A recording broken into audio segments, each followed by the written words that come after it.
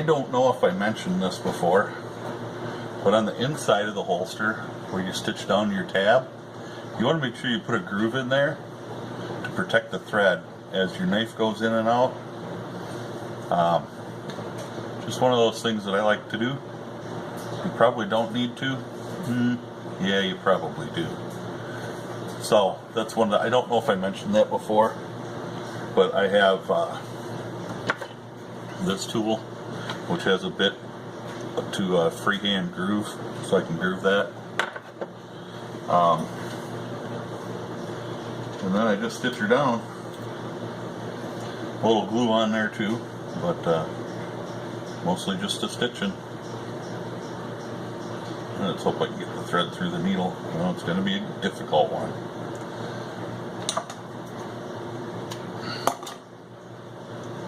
Sometimes threading a needle is a pain in the tush.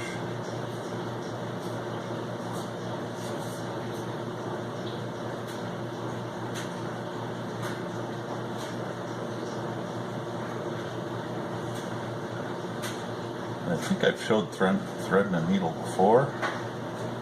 Anything that I'm showing in these videos, if you want to see more on the subject, please just leave it in the comments or PM me as I'm going through comments and stuff and PMs. I always have a notebook handy and I write stuff down, stuff that you guys want to see.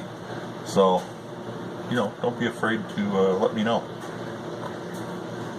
But I'm going to go ahead and get this stitched down. Oh, it's getting a little difficult here. I might have to, oops, sorry about that. Grab the pliers, pull that through. I do use, you know, even though I use a drill press, I use the smallest hole that I can.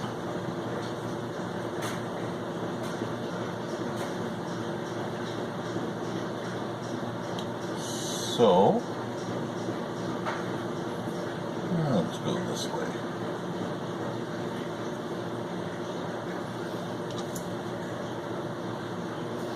Always pull straight on your needles. Keeps from breaking them.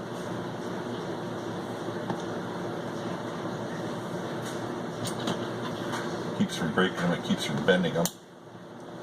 A needle, if you're buying good quality needles, I don't have a package out.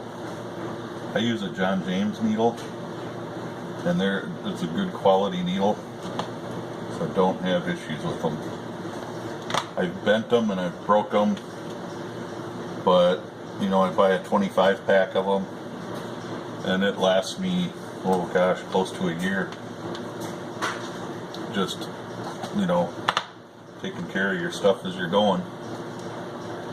So there you go, we got our groove here, so the thread is sitting below the level of the leather. The back side, I didn't groove that because it really doesn't matter back there. It's going to be up against your body, so it's not going to really see a lot of really weird wear.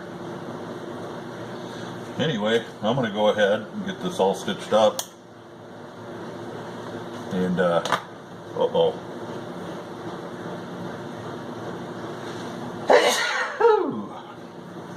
sorry about that, guys. I felt that one coming. And we'll get with you in the next video. You're stitching this up. There was one thing that I meant to tell you that's really kind of pertinent to making a dangler sheath. Before you stitch this back, you got to make sure you put on your loop or your D-ring or whatever you're going to use. I like to use a D-ring on the sheath part. And I think that all just comes down to personal preference. So, well, there you go. Another helpful hint from Mr. Tolly. Hey folks, I finally have the My Woodsman sheath glued up. So, I'm going to wait half an hour or so for this glue to set up real good, make my stitch holes, and then, I don't know, I'll probably stitch it up, huh?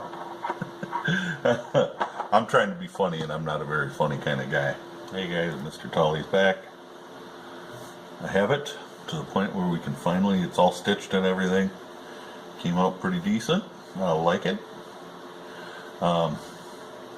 Keep in mind, I don't take out any of the flaws in the leather.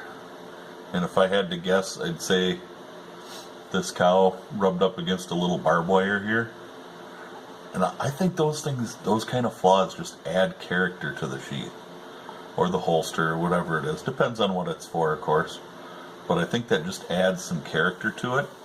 And I really like the way it looks, just to have those flaws. Most of these, there's a little here in the bend, and some on the back. There's just a little bit on the front. But I think it just adds character to it. Anyway, this is the first time we get to actually see if John's knife is going to fit before we wet for him. And this is kind of the scary part. That is in there. Because now it all comes down to it. Did we do what needed to be done? And I'd say an emphatic yes. It looks great. The dark brown of the sheath just kind of, I think it sets it off. I think it looks great. So, time to wet form.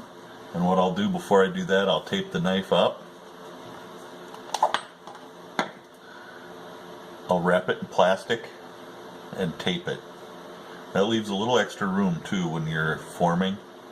It'll leave just a little bit of extra room. So, this is an awesome knife. I'd like to get me one of them. Yeah, it's great. Anyway, it just needs, and it's not going to be a ton of forming. It's going to be a little bit around that choil, which falls right about here, and a little around the handle here, a little around the back. Not going to do a lot. If you do too much forming, you won't be able to pull it out. And you want to be able to get it out without having to struggle with it every single time. Now once it's all dry, I let it cure for about a week before I send them out. Same with holsters. It just gives all the dye and everything a chance to set up really good before it goes out the door. Not that the dye isn't dry. We want it to set up good though.